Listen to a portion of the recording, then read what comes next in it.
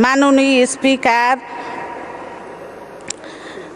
মাননীয় প্রধানমন্ত্রী জননেত্রী শেখ হাসিনার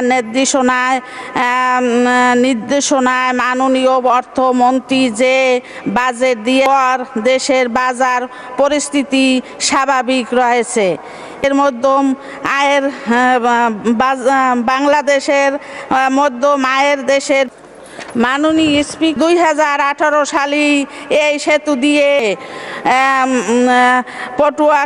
মাননীয় পটুয়াখালী জেলার মেডিকেল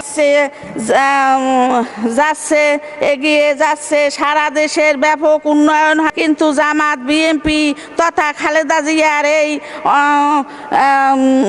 এই উন্নত অগ্রযাত্রা ভালো লাগে না। উন্নয়ন এই জন্য বারবার দরকার শেখ হাসিনার সরকার। আমরা বিশ্বাস করি আগামী 2019 সালে ইনশাআল্লাহ। মাননীয় স্পিকার, এবারে আমি আমার এলাকা পটুয়াখালী জেলার কয়েকটি উন্নয়ন মহোদয় সদয় দৃষ্টি কামনা করছি। আধুনিক ও পূর্ণ অঙ্গ মেডিকেল কলেজ হবে এবং সাথে সাথে পটুয়াখালী মেডিকেল কলেজের নাম শেখ রাসেল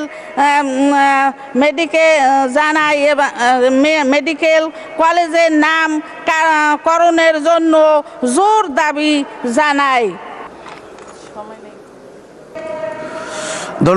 ধন্যবাদ মাননীয় সদস্য। আপনার